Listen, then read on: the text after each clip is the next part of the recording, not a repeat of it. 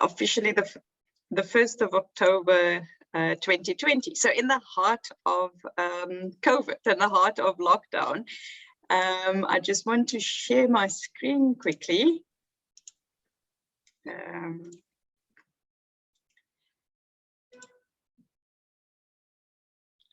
Let me just make sure. Can you see my screen? Yeah. So Emma, I'm seeing your face. So yes. Can you just give me a nod? Thank you. Yes. Yes. Thank you very much, Emma, for the kind words and also for allowing me to share on this platform. I have been with the university just under a year. My speciality is organizational behavior, and I've been in the field more than 25 years. I'm a practicing organizational psychologist, but also a management consulting in my past life or my background. It was an interesting experience for me because in March 2020, I went for an interview at University of Stellenbosch and with Prof Ingrid and a number of professors, very daunting experience sitting around the table. I thought the interview went very well, and Prof Natasha then said, what is the one no-go, like non-negotiable? And he first addressed it to Professor de Klerk, who's part of my team in leadership, and Prof Mia said, look, I really want Natasha to be in Cape Town. I think it's very important to be at the business school. And then he looked at me and he said, what's your non-negotiable? And I said, I am not relocating to Cape Town because I'm based in KZN and my husband works in KZN. And there was a bit of laughter there, nervous laughter. A week later, the president announced lockdown. So subsequently, all of us have been working virtually, so it doesn't even matter whether I live in Cape Town or not. So that was my introduction to the business school, and it has been an amazing opportunity, an amazing experience so far. But I'm glad to join this platform and address the alumni and address our guest. So let me jump straight into it, and I'm going to start off in probably a slightly different way. I want everybody on the call with me to just take a moment and just take a deep breath with me. So just through your nose, because when we breathe through our nose, it's like shining a torch, shining some light straight up into your brain. So just take a deep breath with me through your nostrils and out. And while you're taking another deep breath in and out, I want you to just plant your feet. And in your mind's eye, imagine little roots going down. So if you're sitting on a carpet or on a tiled floor, just see little roots going straight into the ground. And in that process, imagine yourself really becoming grounded and feeling stable while you're still breathing deeply in and out.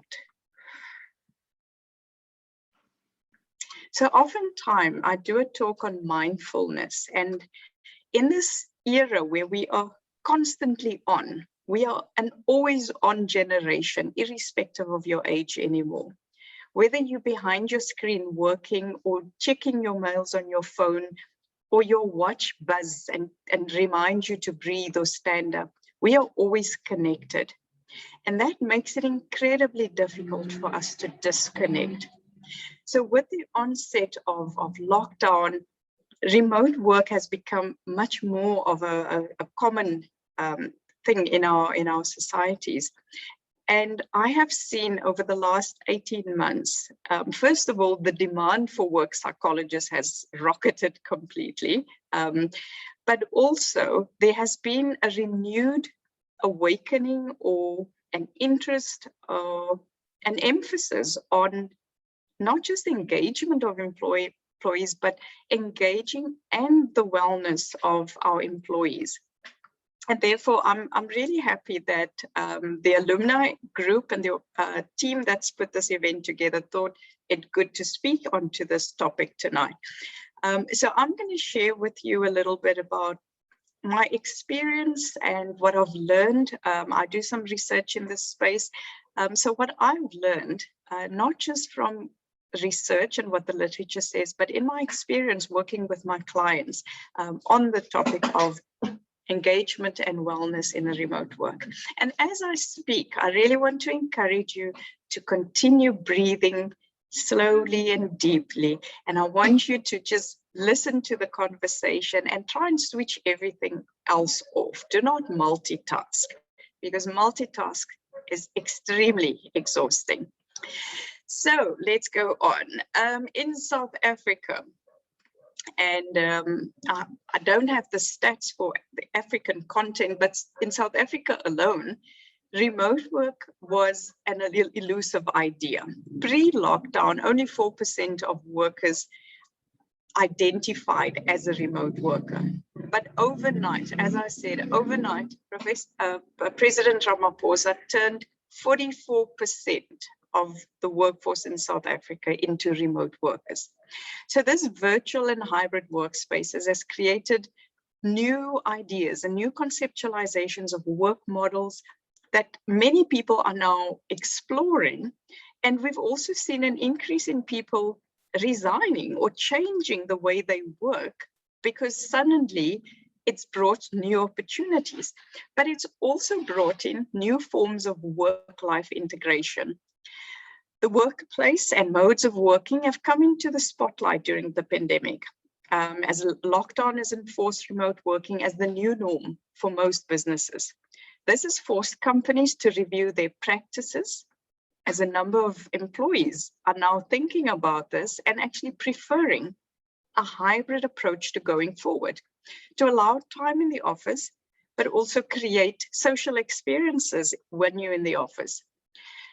But I just also want to put a precursor there. We have to be mindful that tonight we are only focusing on cases where we have the option to work remotely. We must remember not everyone is equal, and not all workers are equal. So not everybody has the opportunity to work remotely.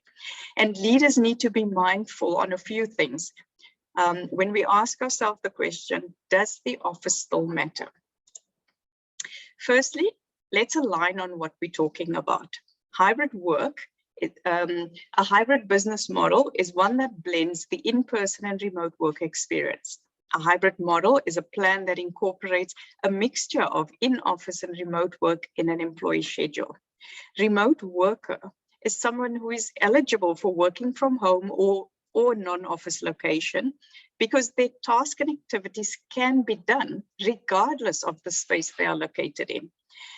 It is critical that the employees stay connected with colleagues, clients, and support services where needed. And it's also critical that work can be done if computer, internet, and the necessary software is in place. The current reality in terms of organizations regarding hybrid work, some of the stats coming out in the last few months from the consulting houses, where EY says 78% of employers are planning to change their remote work strategy. So things like enhancing technology, providing more opportunities, and evaluating the infrastructure, the system, policies, and processes to accommodate a hybrid type of work environment. But we know that some adaptation needs to be made. Remote work is not just about the enabling technology, but it is about the technology and the processes and systems that will ensure the same experience we have, whether we work face-to-face, can be created in a virtual space. We also have to remember, as I said, that not everybody is in the same boat. So there should be opportunity should exist to have an integrated and an engaged experience, whether you are on-site or off-site. Organizations must design for a blended approach. The flexible office also plays a significant role in fighting inertia. If employees have no freedom of choice, they can feel stuck in the status quo. People need to be able to collaborate there must be a sense of community. There must be contained autonomy and support. And most importantly, for those in control, to not make stereotypical assumptions. I love that whole idea of women love working from home because it gives them more time with their children. Remember, not all women have children. Let's not make assumptions. How you design to achieve that in a physical or virtual realm is key.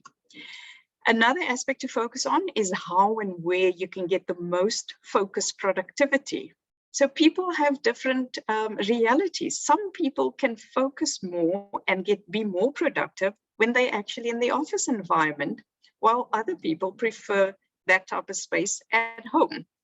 So there's no generic rule or one size fits all. We must also remember that through a lens of social constructionism, that we know working with others is positive and productive because it can create new insights and potentially better co-created solutions. So there are times when working on your own or independently can be more productive, while at other times working in collaboration with others brings more creativity and initiative. So there are a number of things to consider. Would the office still matter? In my view, that's not really the conversation point. It's not in office or not in office. What really matters is, do we have an engaged and effective people, sound and responsible leadership, and the right culture? And then irrespective of the location, it is influenced by understanding what our disruption is, facilitating that collaboration and engagement, and matching the output worker and the location to achieve the optimal proposition. Some research that's been done at the USB through Prof. de Klerk found similar trends, and there are definitely benefits and challenges to working from home. So how can we facilitate employee well-being and engagement while we are working remotely? So some of you that have come through the USB and done some of the organizational behavior courses, let me quickly remind you on why is it important to ensure that workers are engaged. And engaged means you switched on, you are mindful, you are present. And what is the cost of disengagement? Too often in an organization, we are focused on the result, the end state, the output, okay? The result, however, is a consequence of how the system performs. And the overall performance of the system is influenced by behavior. So let's take one employee as an example. For an employee to achieve the result, they need to achieve a certain level of optimal performance, and that performance comes through their behavior, what they say, what they do in the workplace. But that behavior is a consequence of a number of things, like, are they enabled? In other words, are they authorized to make decisions? Are they empowered? Are they clear about what their job is? It's also a consequence of their ability. Do they have the right skills, competencies, attitudes? It's also influenced by their attitude. Are they willing to do the job? Are they willing to show up? And then lastly, when you put a number of people together, there's bound to be dynamics. So the various personalities, the identities, the power and politics that play out, all of these things influence organizational results. So where we see these red explosion, it denotes complex and unpredictable interactions and outcomes. Oftentimes, none of these drivers are visible. We don't immediately read and see and measure somebody's attitude when they walk in. We may not know somebody's emotional state when they walk into or log into the workplace. But all of these things, whether we see them or not, whether they're visible or not, has an influence on the results. And therefore, I ask you, is it important? Furthermore, the reality of the state of mental health at work is not looking good. We have seen a spike since the onset of COVID and since the onset of lockdown And that spike has not necessarily come down dramatically as lockdown eased down. Okay. Again, in South Africa, the South African Depression and Anxiety Group's helpline has gone up from 600 calls per day on average pre the lockdown to an average 12 to 1400 calls per day at the moment. There's been an increase in the level of reported depression. Over 30% of students has thoughts of suicide. There are on average 23 suicides per day and 460 attempted every 24 hours. And unfortunately, only 1 in 10 people in South Africa has access to treatment. We must remember, however, we are not talking about serious mental disorders that's been diagnosed. We are talking about ordinary people that are struggling to cope. That means it could be your co-workers, it could be your colleagues, and our future talent pipeline. In fact, burnout statistics have been on the rise among students. Depression and other mental health disease employs intellectual functioning. So employees' intellectual functioning is classified as a mood disorder.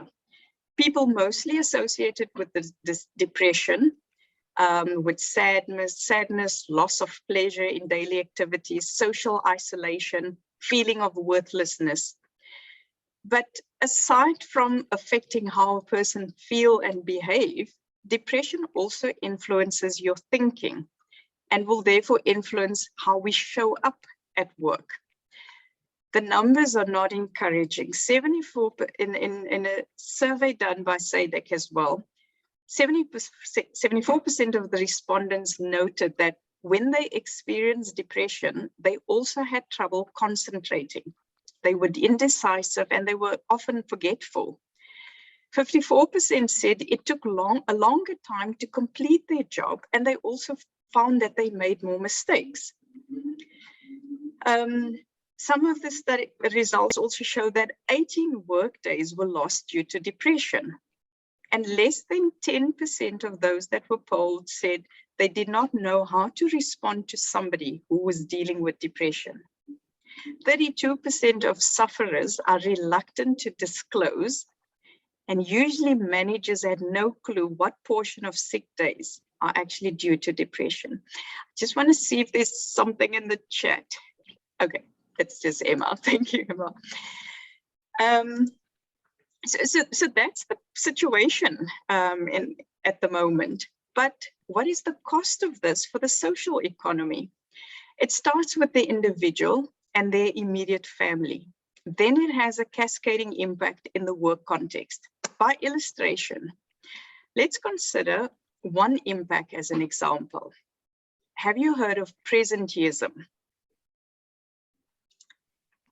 So presenteeism is not the opposite of absenteeism.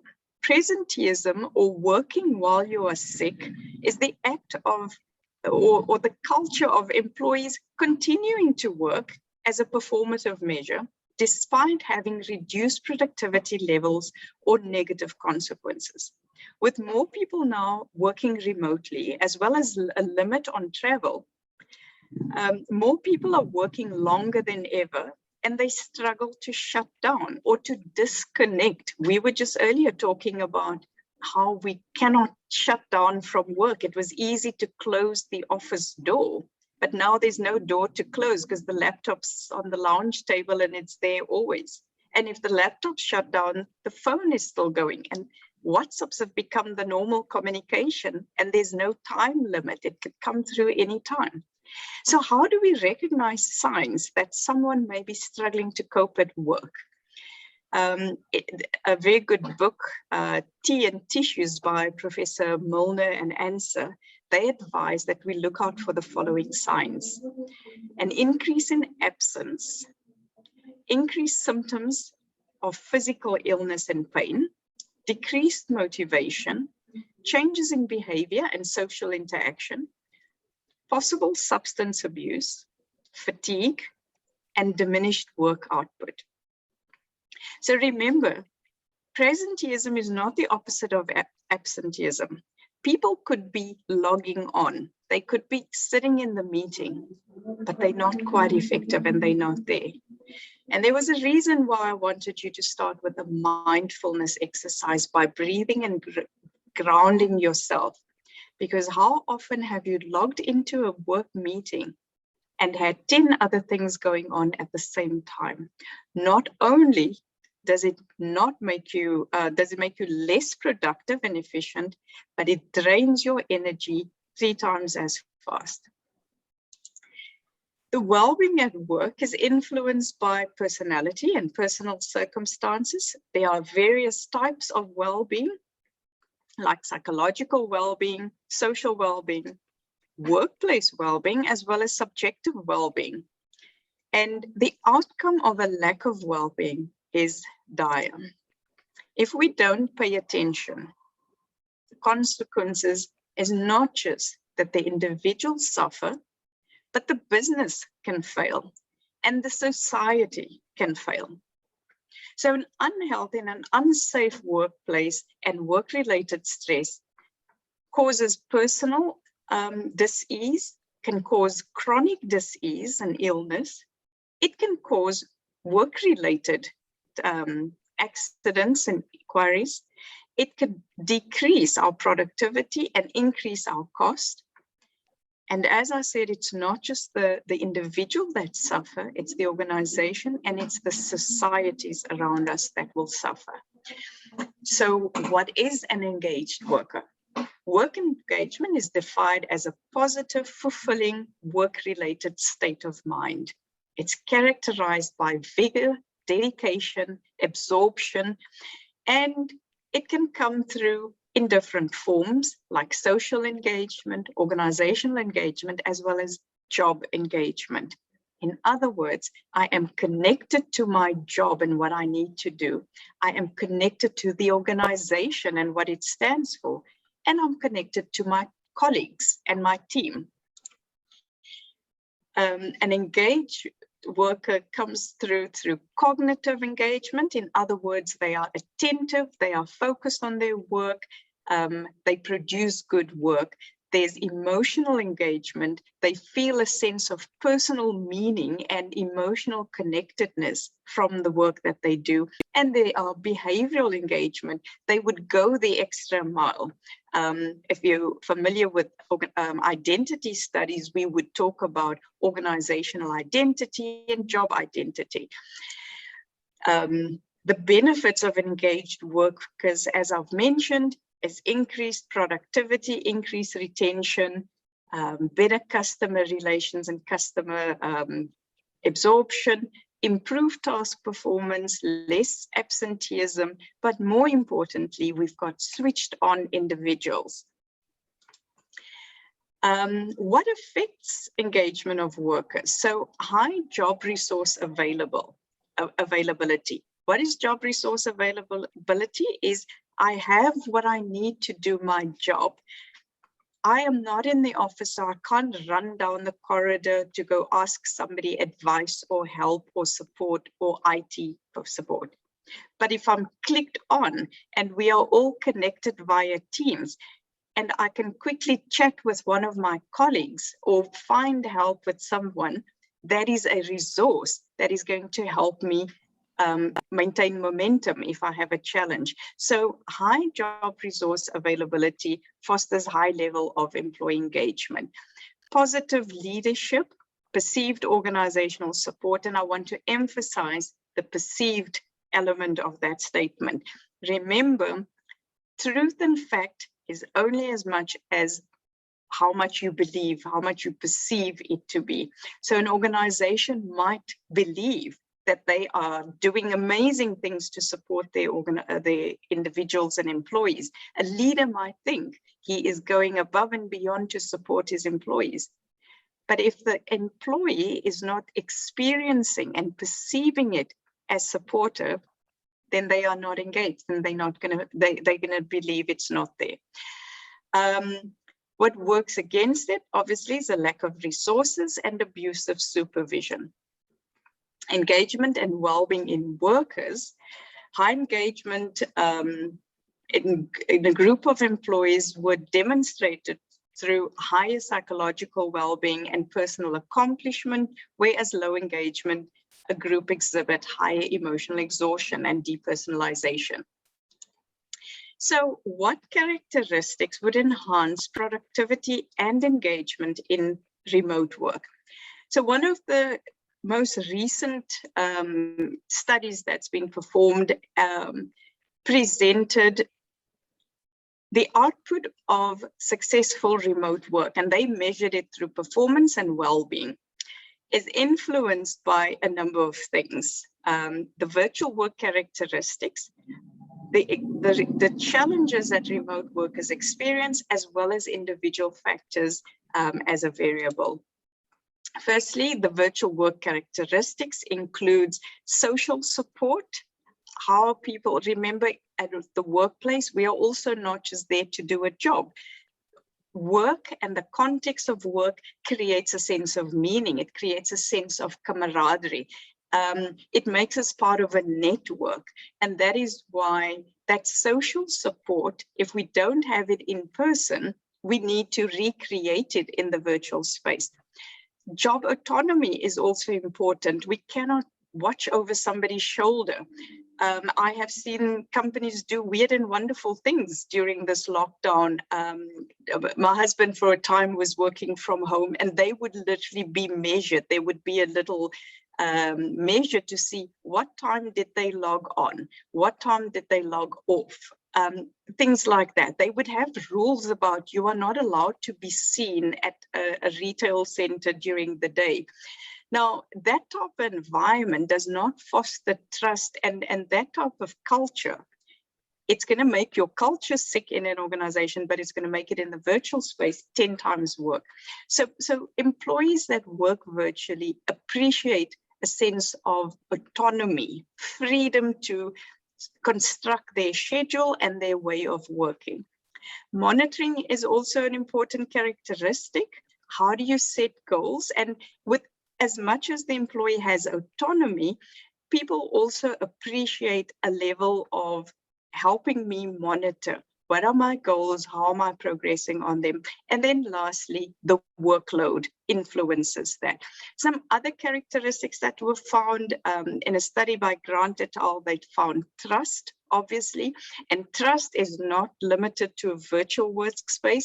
Trust can be seen in an organizational culture, but anything in an organization, in a physical organization, is amplified when we work in a virtual space.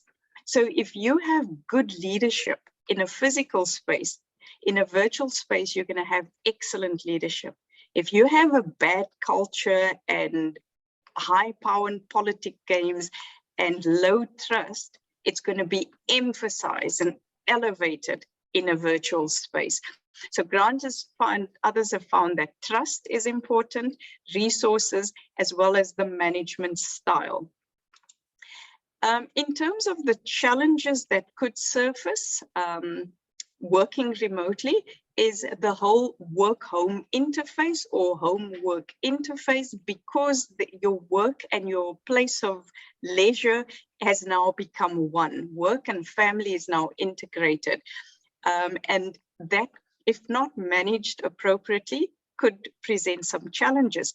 Ineffective communication, a line manager that relies on one type of communication media or app, only sending emails, or sending important messages or complex messages via a WhatsApp where your characters are limited. So using inappropriate mediums to communicate could lead to ineffective communication. Procrastination, not all people have the self-discipline to sit down, to work out a schedule for themselves and to stick to that schedule. Some people need a little bit of monitoring or control. So procrastination could be experienced by some as a challenge. Loneliness. An interesting thing that I saw as we just went down into lockdown was introverts celebrating and thinking, seventh heaven, I can work from home. And within 2 weeks, they were calling me up and say, I can't do this, I'm pulling out my hair. So loneliness is not is another factor that could come into play as well. And then boundary management. We've spoken a lot about managing the workload, home interference, and a few other challenges again highlighted are things like job effectiveness, job satisfaction, how people work if they have to rely on virtual support or tools or enablers, and also well-being is a challenge. Now, what can leaders do? And I'll wrap up quickly. What can leaders do?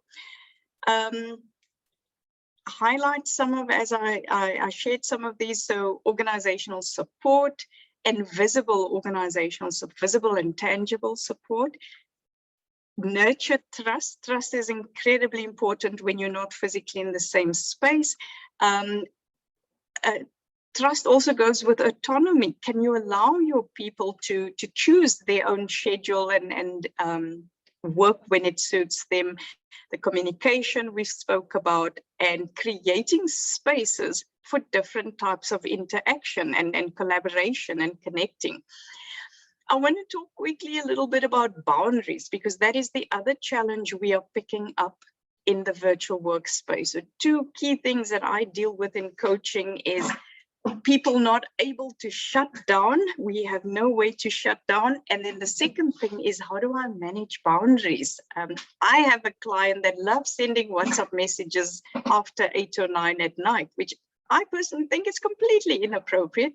And for them, it's normal. So let's talk a little bit about boundaries quickly. In relationships, having healthy personal boundaries means you take responsibility for your own actions and emotions, while not taking responsibility for the actions and emotions of others. That means understanding that adults can handle you not taking their burdens on yourself, and you can still be a good person if you say no. At work, having healthy boundaries means taking responsibility for your own work and results, and working in a way that helps others to solve their own problems instead of taking responsibility for them yourself. Boundaries lead to confidence, emotional stability, and reduced anxiety because they give you a sense of control. Psychology research is clear that one of the fastest routes to depression is when you're responsible for something that you have no control over. Having poor boundaries often means you're responsive to other people's needs and expectations at the expense of your own. This leads to a loss of control over your own work and results, which is not only depressing, but it leads to even worse control over your boundaries. And not only leads to more abuse of your boundaries, but also increases people's expectations that you will be available on demand for them, no matter the cost to yourself. The key difference between a boundary and a barrier cuts off communication, it cuts off negotiation, it makes it clear that you are not in the same team. On the other hand, people can stand on their own side of a boundary and still have a conversation. They can shake hands across the line. They can offer help. Each party takes responsibility for what's on their side of the boundary, and they respect the line. But it's in the service of working together, not avoiding each other. Boundaries ultimately are about helping you to get the work you need done. You can't set effective boundaries with others if you can't articulate the best way to work yourself. So step back and identify the following. What's the most important work that you're responsible for? What challenges are you up against? What information do you need in order to do your best work? When do you need uninterrupted time? What's your optimal work style? It also pays to communicate with your team and ask the same questions and understand what it is that how they work, and find a common ground that could work for all.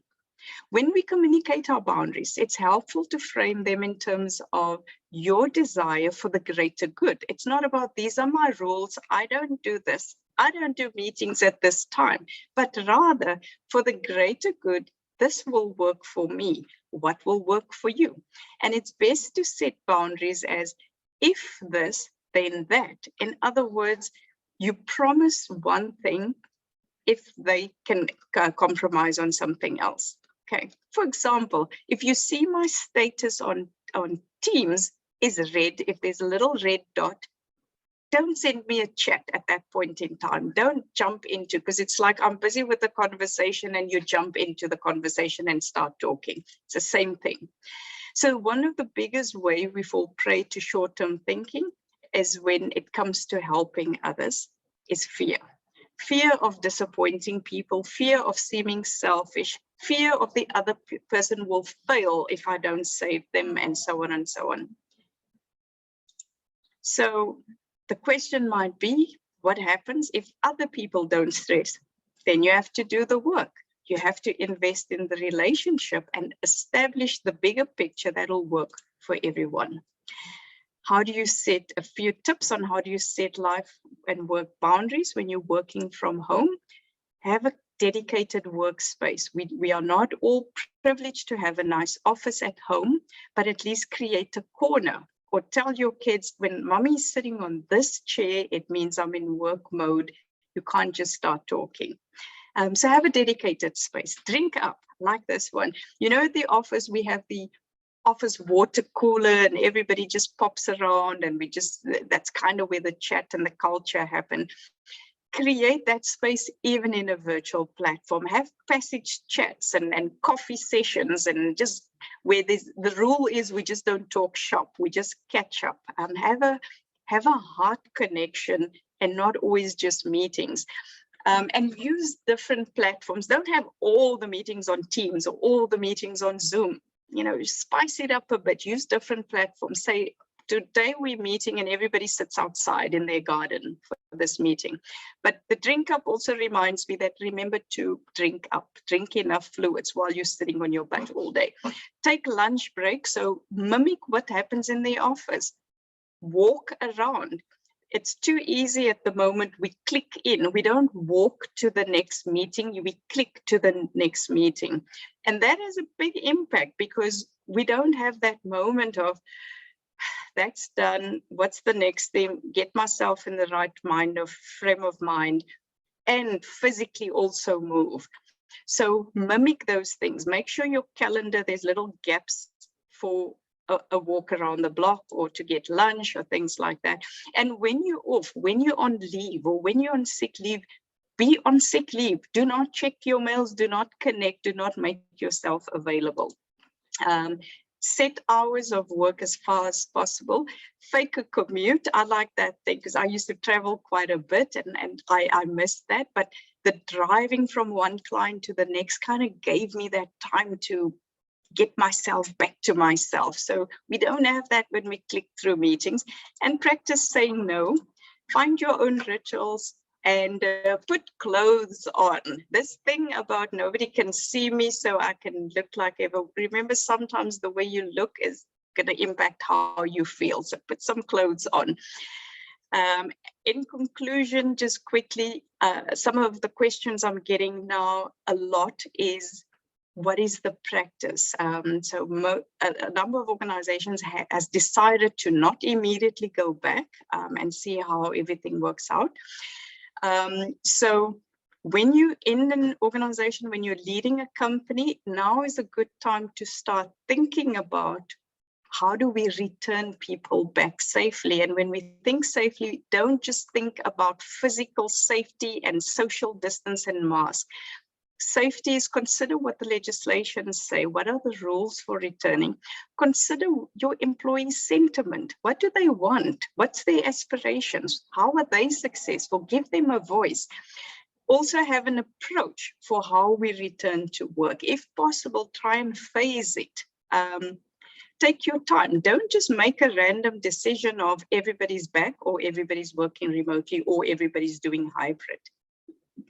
Make sure you engage around that And then make sure your systems and your processes and your policy guidelines, whatever you have in that guides people behavior in your company, is up to date, and there's clear standards and guidelines for everybody. And keep communication open, look after employee health, and have a view on vaccinations. Sure, that was a lot of talking, so I think I will stop there. Let me just stop sharing and come back to Emma. I haven't Thank you chat. very much. Thank you very much, Natasha. I wish you could go on and on and on. Yeah, we don't seem to have a lot of questions or comments, but perhaps I can just go through one comment we've got there. And one of us is asking, or commenting that I'm currently doing research on workplace harmony from a positive psychology approach. I suspect that disengagement would also negatively impact harmony and the employee's perception of workplace harmony. Your thoughts? Or have you perhaps encountered this since remote working has become more prevalent? I would love to chat more about that, Liesl. So I cannot comment too much on workplace harmony. I'm not familiar with it as a concept. So that's an interesting, and I'm very curious to see what's going to come out of your study. Maybe you want to unmute and share a little bit around the concept of workplace harmony. I'm very intrigued. Okay. Thank you. Can you hear me? Yes. Yes. So we don't seem to have more comments, or perhaps we can open the floor to anyone who will want to comment or ask questions if you cannot have it on the chat box. I think we still have some 10 minutes before we move into the information session, which is starting immediately after this. Thanks. So Liesl, would you mind sharing with us a little bit about the concept of workplace harmony? Certainly. Thank you for the opportunity, and thanks for a very informative session now. One of the items of or the research focus that I'm looking into, which is workplace harmony, is perhaps the fact that this whole lockdown situation has impacted negatively on the perception of how people perceive their workplace and whether they are in harmony. Now, harmony is a bit of a foreign subject in South Africa. There's not a lot of literature, so it makes this study quite interesting, but it makes it also very difficult. So I'm taking a stance on what is happening in the world, and it seems to be addressed very much from the Eastern perspective, obviously with Confucianism and harmony as a way of being, and almost like a code of ethics. And it has been researched in various domains, such as the family context specifically, particularly the life domain of the family setup, but little in the workplace. And sometimes they look at harmony from a group perspective and an interpersonal perspective, but not a lot on how does it function within the workplace per se. So it is a bit of a, I'm not going to say it's a groundbreaking study because that would be presumptuous, but there is work to be done in order to come to potentially a definition of workplace harmony. And in that, I intend to do a concept analysis to put forward a definition and properly a workplace model. But one of the things that we've encountered just in informal discussions so far is that the perception of workplace harmony is very much an inter-psychic one, how I feel about myself, and then how I bring that into the realm of working and how I then connect with my fellow employees. Now, certainly if you are now all of a sudden working, me, myself, and I in the office in the little corner, then I'm not having that impact. I'm not having that interrelationship or that connectivity with employees. So I suspect that it's going to negatively impact, but also how is the employee perceiving the workplace to create harmony for them if I'm not working with my employees. So it is new, it's fresh, there isn't a lot. I was just wondering whether perhaps you have attained or seen anything, but if okay, and on this broad forum, I'd ask if you and I maybe can have further chats, so we don't want to bore everybody with my study necessarily. I would love to, and I don't think people are bored. I think it's an interesting, the reason I ask, because I have not come across it being called harmony, but what you're explaining, I've seen it in different concepts. So there's also work-life flow, that there's a lot of work being done around that, which kind of sounds, but that kind of goes more to the work-life balance. It's just a different iteration of that. But the work, and it is influenced by the Eastern way of thinking around how do we get flow within ourselves. I think there is some work being done, but it's not phrased as harmony. So I would love to continue this. You're very welcome to just connect with me. Thank and you. Would love to continue.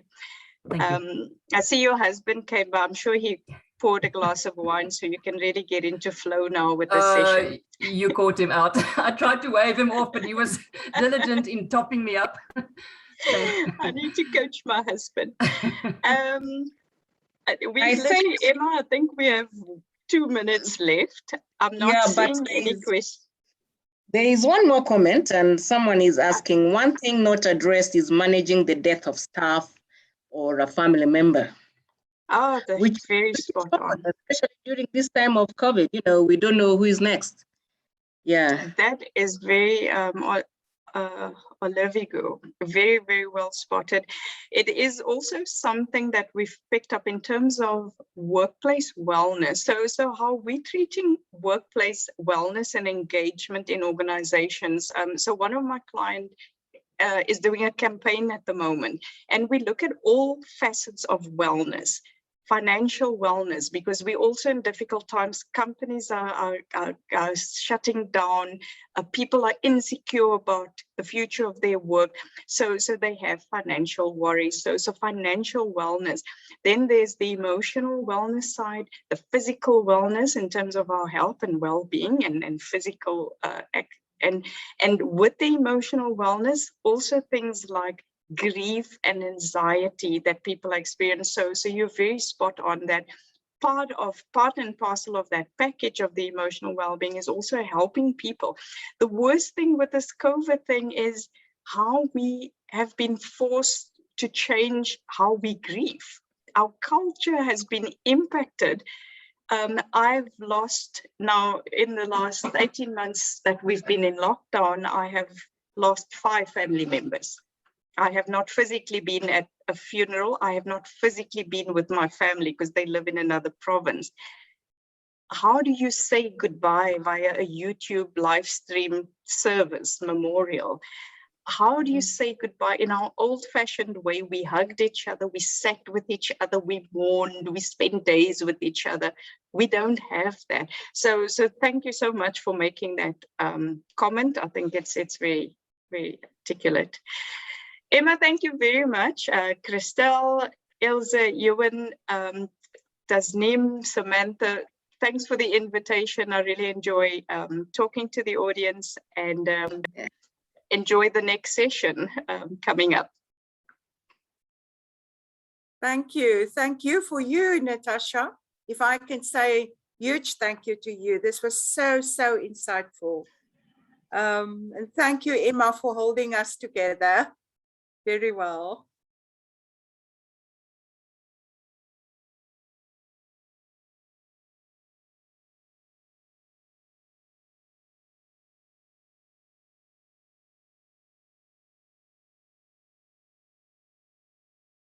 Emma, I think, is Emma still with us?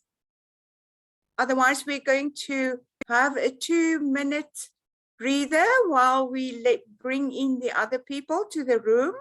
Thank you to everyone who's participated and for your very insightful questions, Liesel and Olivia and others. Thank you for that. We hope you enjoyed this as much as we did. I've learned so much now again and refocused on that part that we often neglect. Thank you, Natasha, for that new insights and reminders to look after ourselves. That's the only way we can go forward together. With that, I would like to hand over to the facilitator for our next session. We have a minute or two to spare while she welcomes the new participants to our program information session. Samantha Wahlberg-Passard is the head of the international office at USB, and she is going to facilitate for us the next session where Professor Ewan Vermister and Tasneem Motala will enlighten us about the new happenings at USB and new programs for 2022 and how can we access these. Samantha, I can't see you now. Thank you, Crystal. Oh, here you are. Okay. Yeah, and from my side, thank you very much to everyone who has joined us this evening or this afternoon, wherever in the world you are. We are excited to be here with you and to share a bit more about the University of Stellenbosch Business School. We hope that your interest will translate in an actual application, and I am sure that Tasneem and Ewan will convince you that USB is the business school for you to start your journey, your academic journey. Now, Crystal and Lizelle will kindly assist me in terms of the slides this evening. I'm going to kick off just with a few housekeeping rules. I would like to request that everyone please, engage with us, post your questions in the chat box, tell us where you're from, give us an indication what you wish to study. And please, at all times during the presentation, mute your microphone. And when you ask a question, switch on your camera. Let us see you and please introduce yourself to us. In terms of the session this evening, you have all been welcomed heartily. We are really, it might be cold outside, but it is a very, very warm welcome. We have noted that temperatures will plummet here in the Western Cape over the course of the evening, and we are expecting a cold front to hit us and bringing more rain and snow. So I hope you are, wherever you are, very warm this evening. Now, what are we going to show you? We are going to tell you about our programs. Tasneem and Ewan will be sharing the overview, and thereafter we will answer all the questions you may have, and then we will be closing the session. We will try and not run over time. So we indicated that we will finish at 7, and we will try and honor that. Natasha and Emma did very well in the previous session to ensure that we finish on time. Now, before we go into the information on our programs, very important, if you, after hearing everything we tell you this evening, you decide, sure, that seems like an amazing program. I do want more information. I do want to connect with a specific faculty member or program head. Then please take note of the USB Virtual Open Days that we will be hosting between the 4th and the 11th of October. On the 4th of October, we'll be running sessions focused on the MBA and on development finance. The 5th of October, we're focusing on our postgraduate diploma in business management and administration, as well as our PhD in business management and administration. The 6th of October, we have 2 more programs that we're focusing on. That will be the MPhil in management coaching and the postgraduate diploma in leadership development. For those of you interested there, Natasha will definitely be in that session as well, I'm sure, together with Professor Mia de Klerk that she referred to earlier. I think Armand Bum, Dr. Armand Bum will be there, and various other faculty members. Then on the 7th of October, we've got the Postgraduate Diploma in Financial Planning with Leanne Steenkamp. And then the 7th of October as well, Future Studies. And on the 11th, we will finish with the focus on the Postgraduate Diploma in Project Management with MCA Botha. I almost said MCA Skuman. Anyway, when you decide to sign up with us at USB, it is a journey where you have various support built into the process. So from the initial inquiry through to the actual application and admission, there's a team guiding you. We assist with your credential evaluations. There's a team for that. You will work with our colleagues in the Center for Student Administration once admitted. And then, you know, there's career leadership as you end your journey. There's alumni relations, Christelle, Lazal, and the team. Once you become alumni, we still keep in touch. You still get our support. The international office assists you with any international exchange or summer program, an international study module, presentations at conferences, etc. There's a team. We're here to help, and we gladly do so. But also you have access to some of the best faculty members in the world, believe me. There are some of the faces you will get to know as you either walk the hallways at the University of Stellenbosch Business School physically, or you will meet them online if you're going to join us in the blended format. So we are here. It's an amazing team, and you become part of a community. And we really want you to come and join us.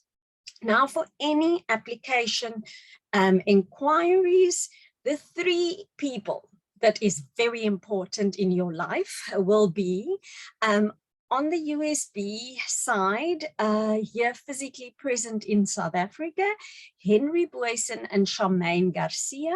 They, and you can see their contact details on the screen, they will respond to your questions. However, we also have a representative focused on West Africa, East Africa, and Mauritius. And Mariki van der Merwe is here with us this evening as well, and her contact details you will find on screen. Now, I have to introduce Tasneem and Ewan. And I have to say that Tasneem is really one of my favorite people at USB. We've worked together. She was there as a student first and foremost, and then she joined us as faculty. She came from industry. She is an amazing person. So Tasneem, I know I am embarrassing you, but I just wanted to say that. And anyone having Tasneem as a faculty member in class or as program head, she provides amazing guidance and just she cares. So Tasneem, thank you for that. I am not going to read your CV. Everyone can see it there. Over to Ewan. Now, unlike Tasneem, I have never met Ewan in person. I have only met him online. Like Natasha, Ewan joined us during lockdown, and he's traveled to South Africa in the worst possible time, which is winter. And even though he's a Scotsman with amazing academic and research credentials, as you can see, he is freezing here in South Africa. He says, "It is colder here than in Scotland, but don't worry, Ewan, very shortly summer will be here and you are going to enjoy it." Now, everyone, I am going to hand over to Tasneem. Sorry, Natasha, I just saw you there on screen. I'm going to hand over to Tasneem and Ewan to guide us through the program information session. And please post your questions. We will handle it either as they come in, or if Tasneem and Ewan would like to handle it after the session, that is up to them. So Tasneem, I think you're starting for us, right? No, I think I'm starting, Samantha. It's all right. Good, that's okay. That's all right. You are the man in the spotlight. You will go ahead. Okay, all right. Thank you very much. Well, thank you very much for that introduction. And I'm sure Tasneem and I are, as you said, suitably embarrassed in terms of the introduction. And I am a little cold. I've got my heater on here, so it's okay. So if I can just share my, so we unshare the screen and share. And so welcome everybody. And it's really nice to be here. Great to have this opportunity to get this underway. So if I can just get myself organized, that would be good, wouldn't it? Share. I think what we want to do, so what this session is to give you a taste, yeah, so a taster of what coming to study at USB would be like and what's on offer. And of course, if you want to carry on and find more information, there the open days are there for you. Before we start, I think we're going to have a quick poll. And Tasneem, can you? Yes, great. Where we just ask you to just indicate. So you should have an indication up there what you're interested in, and I think you can answer more than one question. We've got a couple of people asking, thinking about the MBA or business management administration. So we've got 15 people in the room. So somebody in PhD in business management. This gives us a sort of impression as to what we want to chat about as we go on. Well, we've got a lot of interest in business management administration. That which is good because Tasneem is going to be able to cover a lot of that, and we'll quickly talk about. So what we'll do is I'm going to do a brief introduction. I'm going to at some point I'll pass to Tasneem. She'll then carry on with the general intro, and then we'll talk about specific programs. Given what people have said here, I think we'll concentrate mostly on the business management administration. Looks sensible, but I will quickly go through the other programs just in case, because you might be sitting here. Well, I want to do an MBA, but after that I might want to do something else. And just to give you an overview, because not least because the programs all sort of they do complement each other in lots of different ways. So if we end the poll, I'll just quickly share the result. Well, I shared the results there. You can see that. So that most people in the room are almost exclusively about business and management administration. So let me move on. So this is a picture of the campus, and USB, the business school, is located not actually in Stellenbosch, but between Stellenbosch and the centre of Cape Town. It's on the outskirts. And as somebody who's new to the area, as it were, it is a beautiful location, I've got to say, and it's very close to the vineyards. That's your sort of thing. But for me, I look out my window and I see the mountains, which is something. Well, Natasha was talking in the previous session about mental health and things, that always gives us a lift.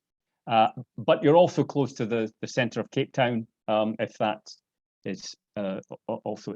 And the idea would be that you are expecting, no matter what the program would be, to spend some time here at the campus. So moving on, I want to just mention briefly about the school's vision, mission, and value commitments, because it does motivate and explain how we want to respond. It's a statement of our intent, as it were, and gives us a framing of what we want to do. We want to be globally recognized as a source of value for a better world. The key part of this is social impact and change. Mission through knowledge advancement and transformative learning. These are words that are perhaps less understandable in normal day usage, but it means effectively it's about research, and it's about changing through education and teaching and learning to develop responsible leaders. And responsible leadership is something that come back out right through the programs that we talk about. And Tasneem will probably talk about it a bit as well, but who positively impact on society. And it's our students and our alumni who are really, really important in that part of where we think our social impact comes from. We can also hope for social impact in our research, but the students and the graduates and alumni are really a core of that. I won't mention too much about value commitments. Only mention one thing: is equity, is the commitment to restitution, fairness, and inclusivity. If you are know anything about the history of Stellenbosch, it has a long history, but some of it is quite dark in its relationship with our party. And the institution is very much committed, and the school is very much committed to be playing our part in restitution and promoting fairness and inclusivity for all. So if I can just move on to the next slide, and I'm going to talk here for about 10 reasons. These are 10 reasons for coming to study at USB at a top level. I'm going to talk about the first 5, and then I'm going to I'll pass to Tasneem to talk about the others. So one is, and you'll see, it's about keep learning in the sense that there's a whole range of different programs, both, if you like, vertically, but also horizontally. Yeah, so that if you're interested in, and your stage is that you've got, it's most appropriate for you to do a postgraduate diploma, then we have a range of offerings there, but it may be a master's or maybe a PhD. And there's also a range of offerings horizontally. Study with a school with 3 international accreditations. Well, why is international accreditation important? Well, it's important both because it tells you that we are teaching to an international standard. It's also important afterwards, because when you go out into the world, it's recognized. And USB it's not unique anymore in Africa, but it was the first school to be accredited with 3 international accreditations. So it was pushing forward. And I should also emphasize that if you go around the world, or many business schools around the world, they don't have the 3 accreditations. So that's important. There's another types of accreditation are important also on an individual program. So where it's appropriate, there are lots of individual level accreditations as well. Throughout the programs, one of the key parts is this emphasis on developing responsible leadership, is the idea of environmental social responsibility, about thinking about your community and the wider stakeholders when you're thinking about decisions and their implications. Number 4 is about the convenience of blended learning. It's about flexibility, and again, being a recent arrival, I was here 18 months ago to teach, and then lockdown started, and so I was in I had a feature in two camps, and what I would say is USB is very, very agile and trying all the time to adapt to the situation and to develop ways of teaching and learning which are appropriate for students and given the circumstances. And then number 5 is about the global perspective. So that's part about the accreditations. It's part about the idea that our faculty are internationally recognized, renowned in many cases. It's also about the fact that although we have this big focus on understanding and applying the knowledge in an African context, so I'll come back to that when we talk about development finance. It's also about drawing in from internationally, so that students have the chance to mix internationally. There's often opportunities in international summer school. So with that, I'll pass to Tasneem to talk about the second 5 reasons, and then I think we've got a little poll or something to. Thanks, Ewan. I can zoom myself. Thanks. Good evening, everyone. So I'm just going to continue with what Ewan has started about why, some of the reasons, definitely not an exhaustive list of why you should consider studying at the USB. I won't go through each one of them, but rather talk about them collectively. I think one of the strengths of the USB is being able, as a student, being able to tap into the different areas of expertise.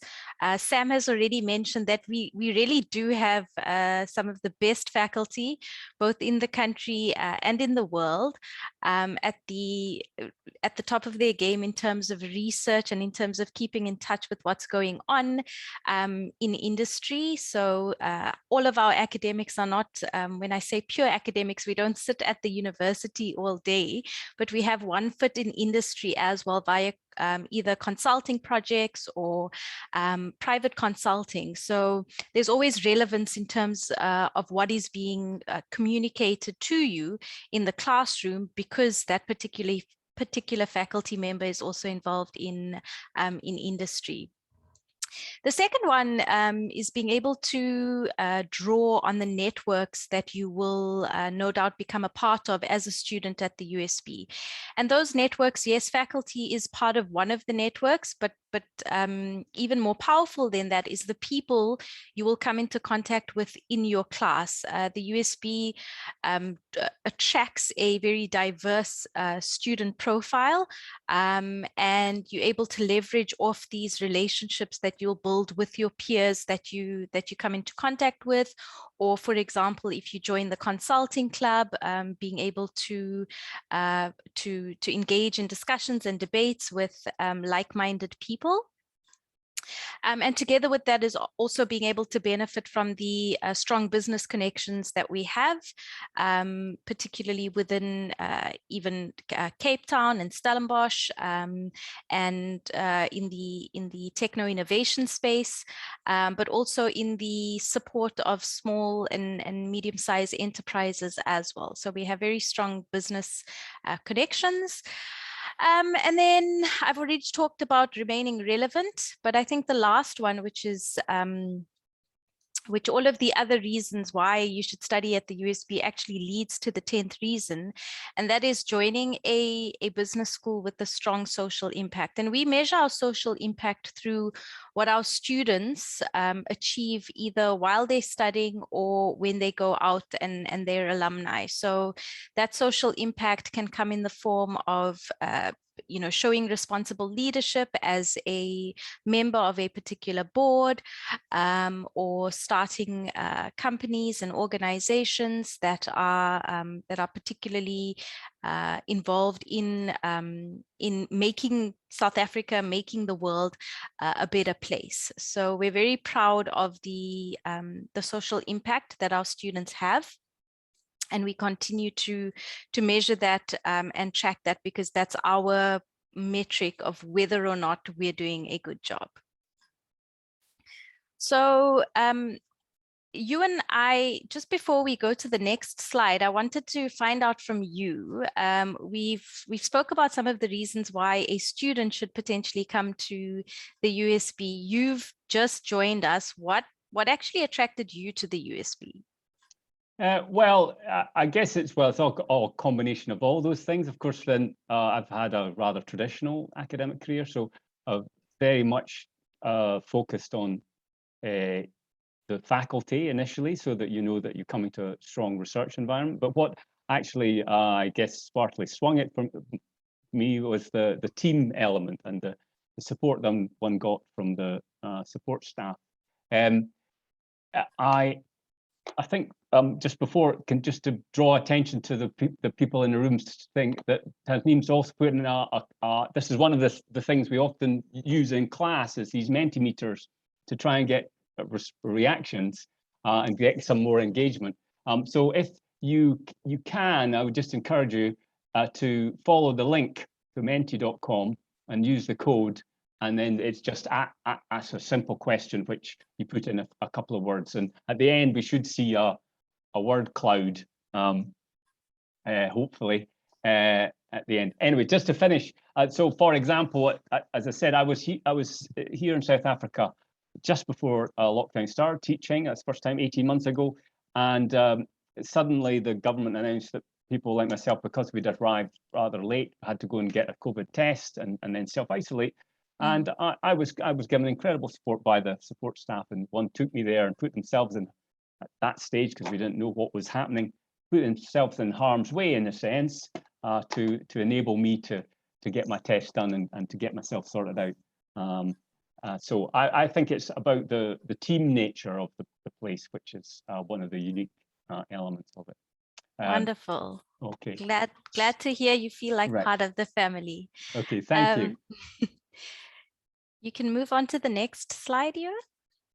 So I'm going to just give you like we said, an overview of the programs. If you're interested in a particular program, take note of the more detailed info session that will be run during the week of the first week of October. What you see in front of you is our entire program portfolio at the USB, and it's actually it's a relatively small structured portfolio of programs, and that is done for a very strategic reason. We don't claim to be everything to everyone, and we're not intending to be everything to everyone. We focus on 7 particular disciplines, and those are business management, development finance, future studies, management coaching, project management, leadership, and financial planning. And so we have very deep expertise in each of these disciplines. So those are the vertical colors, if you see the red, green, orange, blue, etc.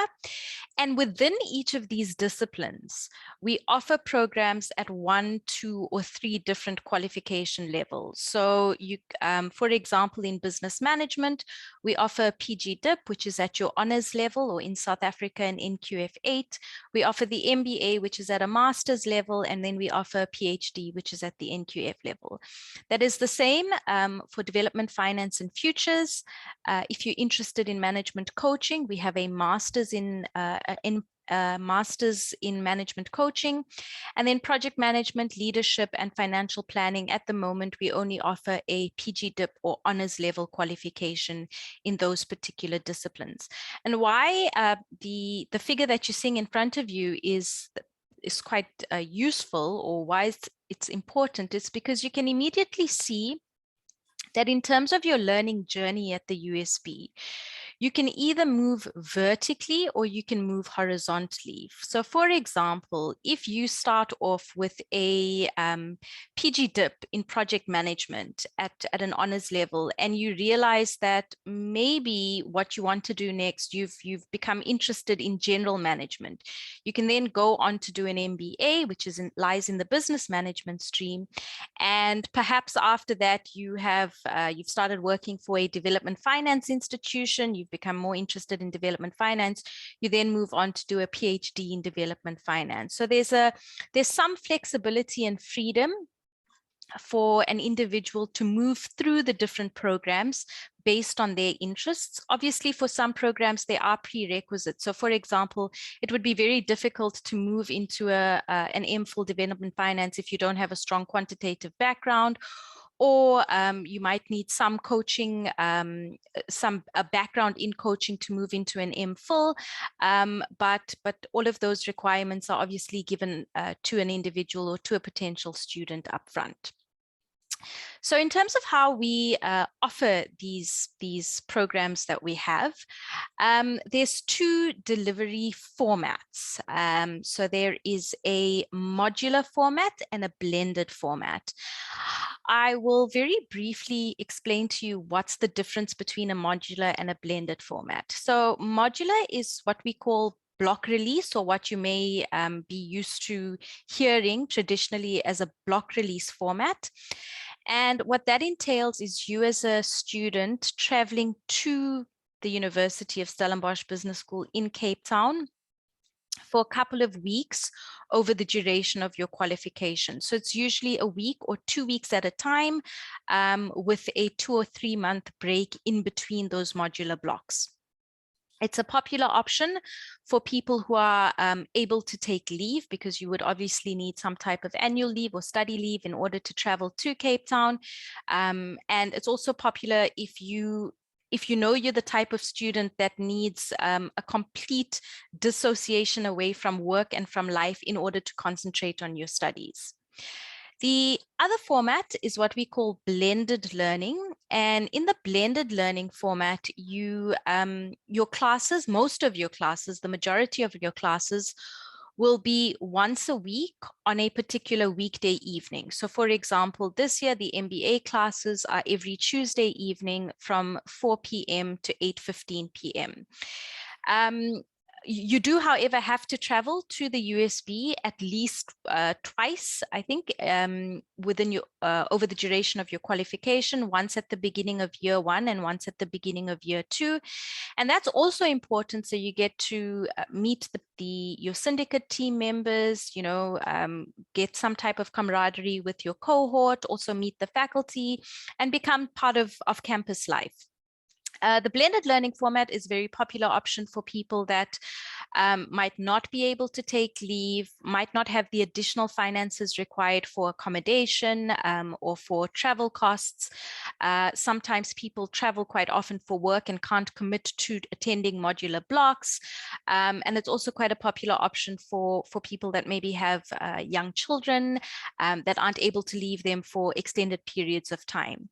So I usually, I'll address this question because I usually get it. There is no one format that's better than the other. They're just two different delivery formats that we offer, and based on your personal and professional circumstances, you would choose the format that suits you best.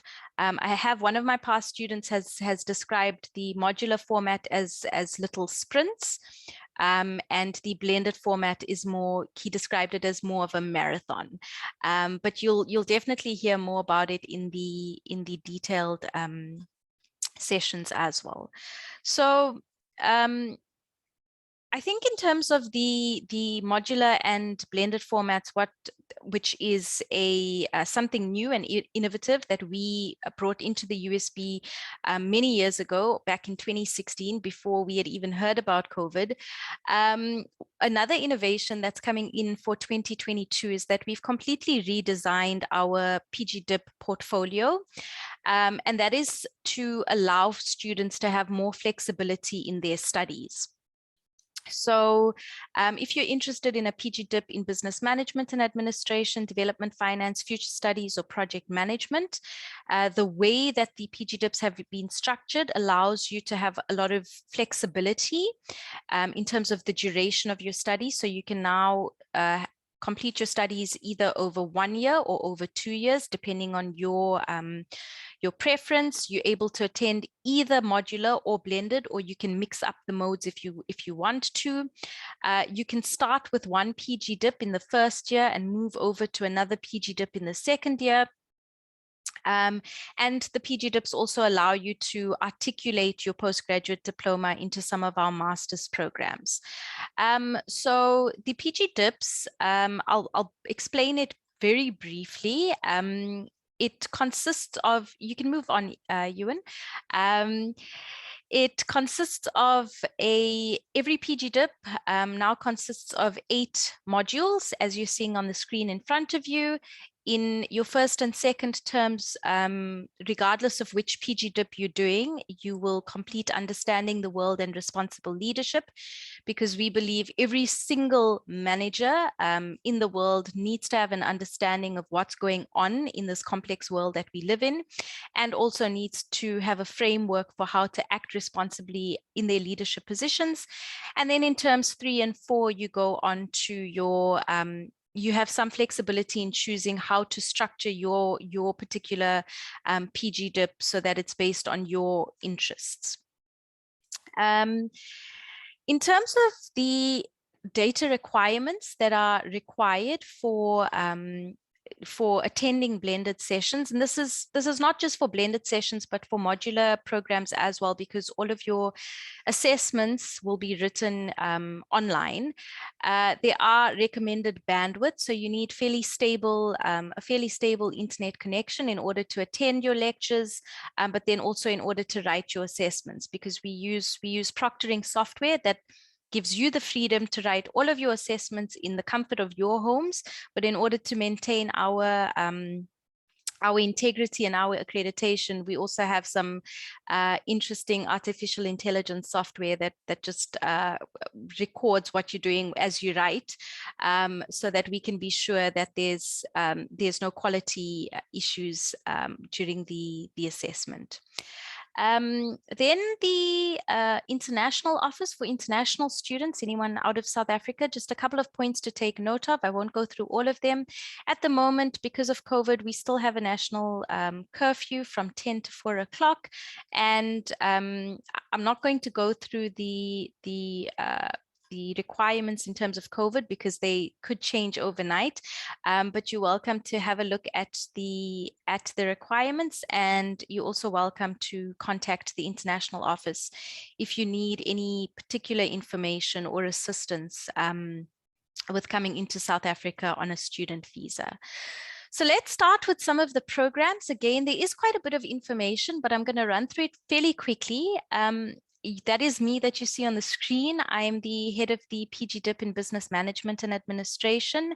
This is a program targeted at, firstly, people who might not want to commit to a full MBA, which is 2 years and includes a research component. We find a lot of students want to get a taste for what what a postgraduate education is, what it feels like, whether they're interested or not. So they would sign up for a 1-year PG DIP. We have a particular focus on entrepreneurship and innovation. And then you'll also cover all of the usual functional areas in a business, like marketing, like operations and finance as well.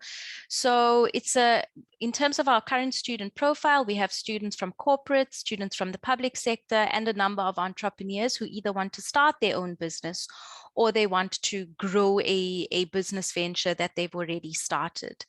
Like I've said, the PG DIP is available in either a 1-year or 2-year format. So it's up to you based on the time that you have available and your finances that are available.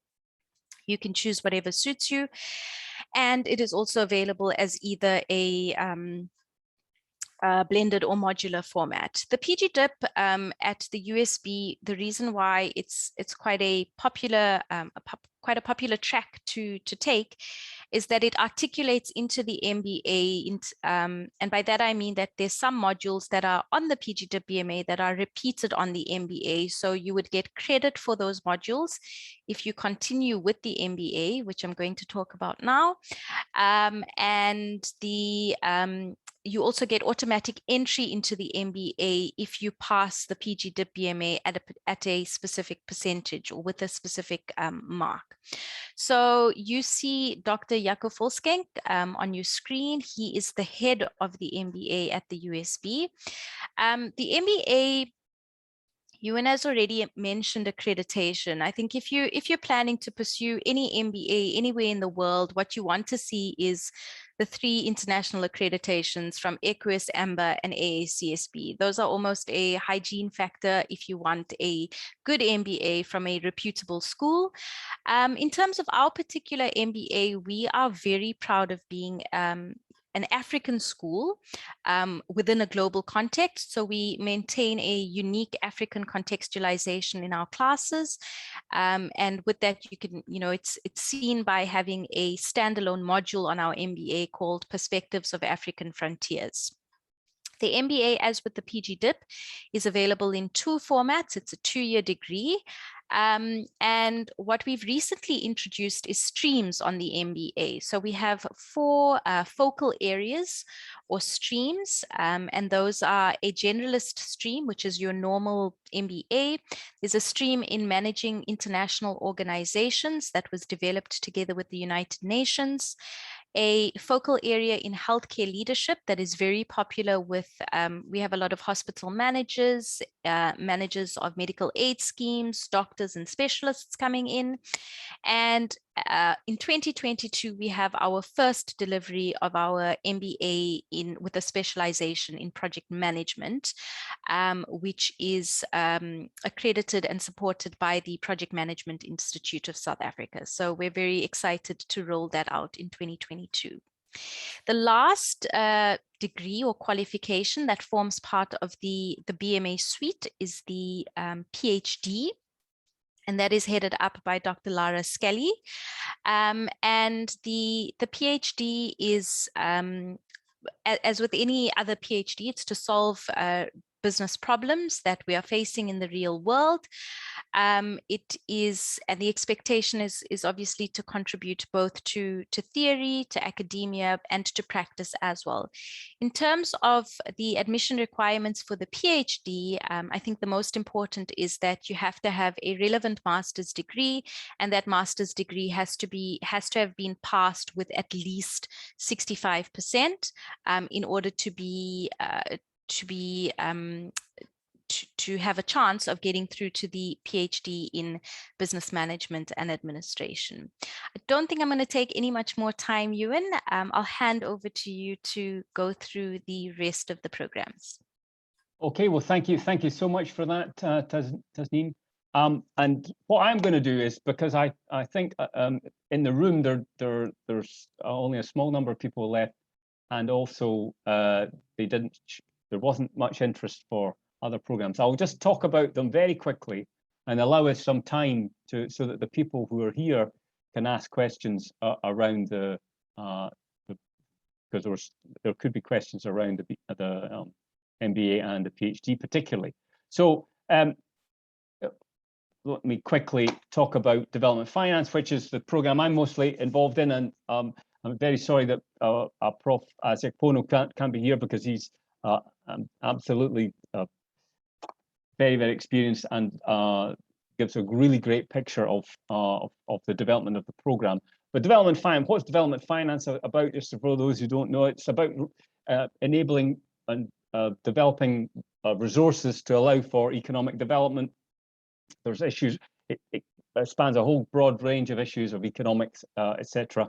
Economics, governance, finance.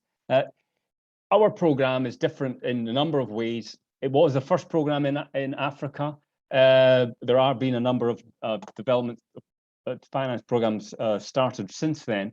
But our program focuses on both giving you a great overview of the challenges that Africa faces, but also giving you tools to analyze those problems and think about and take them back into the workplace. So it's trying to develop skills and the applicability of those skills to development finance problems.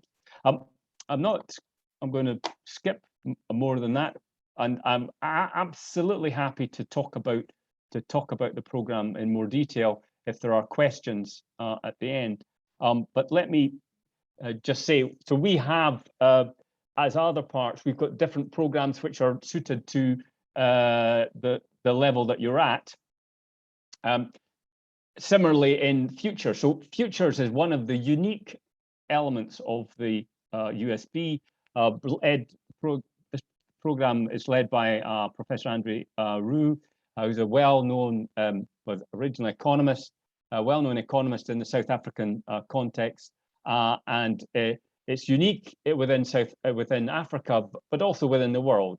And it's about trying to develop. So it's in terms of thinking about management and the MBA, it's developing the higher level strategic skills for business and government, thinking about complexity, thinking about change, thinking about developing the future that you want at a strategic level. So for those managers and CEOs, etc., involved in strategic decision making, then Futures is something that's important.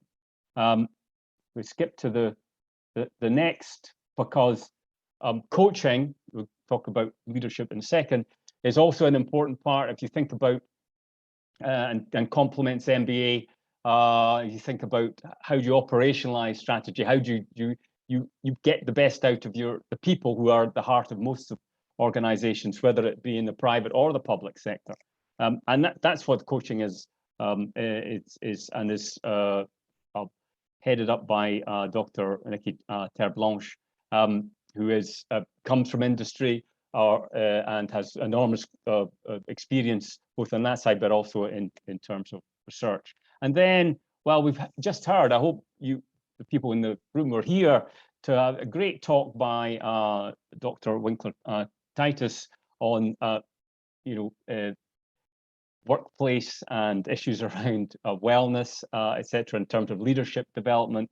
And so we have two programs in leadership development, one which is a generic one, which she leads, and then there's a second one which is on non-profit organizations, which is led by Armand Bam. I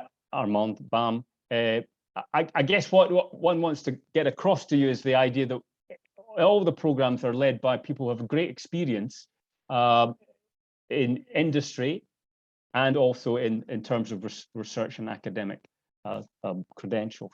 And then finally, I'll just mention, finally two, the postgraduate diploma in project management led by MC Botha, who again has a vast experience in industry, and he brings it to bear within the program. This is an accredited program. It's accredited with the South African Association. It's also a project management institute links to that, developed by MC Botha. And then finally, the postgraduate development diploma in financial planning led by Leanne Steenkamp, who's a tax accountant planner in South Africa, and this is again a program which leads to, I think it's on the next slide, it's a stepping stone to become a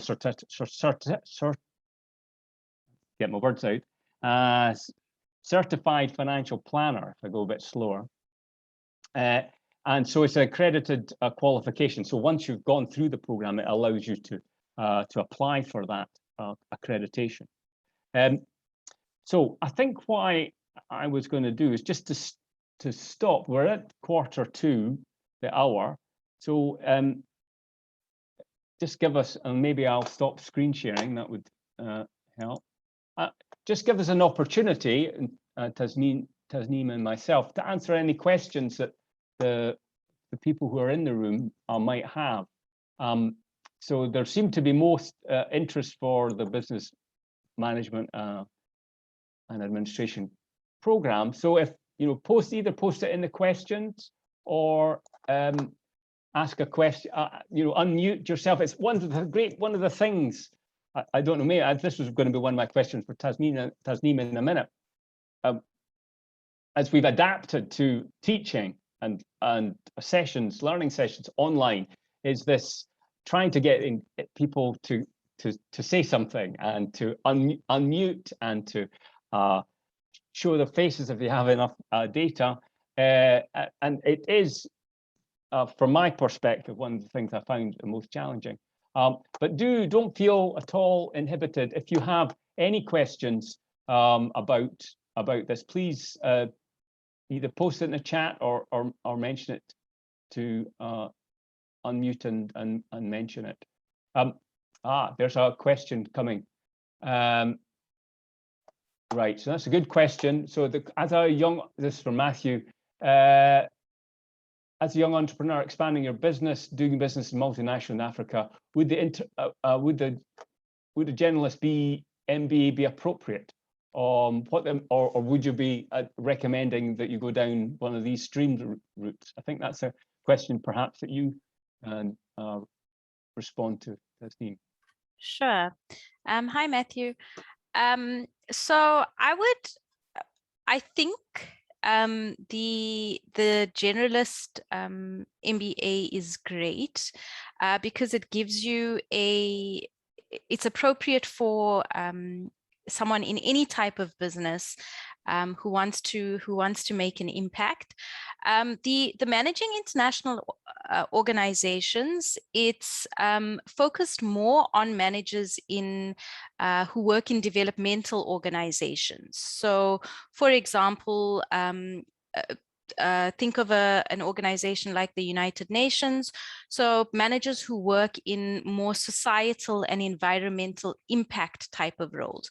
So if you are more on the the pure business side of things, I would recommend going for the generalist MBA rather than the MIO stream. However, I would also suggest that you do attend the MBA session, or alternately, our email addresses are also available on the on our website, or I can even give it to you at some point.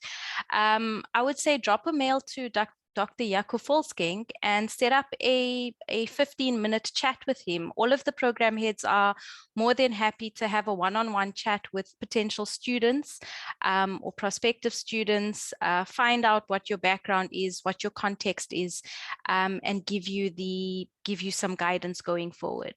But my personal advice would be go for the generalist MBA. Okay, thank you, Tasneem. Is there any other questions? I don't know whether the person, or maybe it was even a couple of people who were interested in PhDs in the room are still there. But I was just going to mention the fact that I think which is important about the PhD program is how structured it is. And how in comparison to many places, and that really is helpful for students.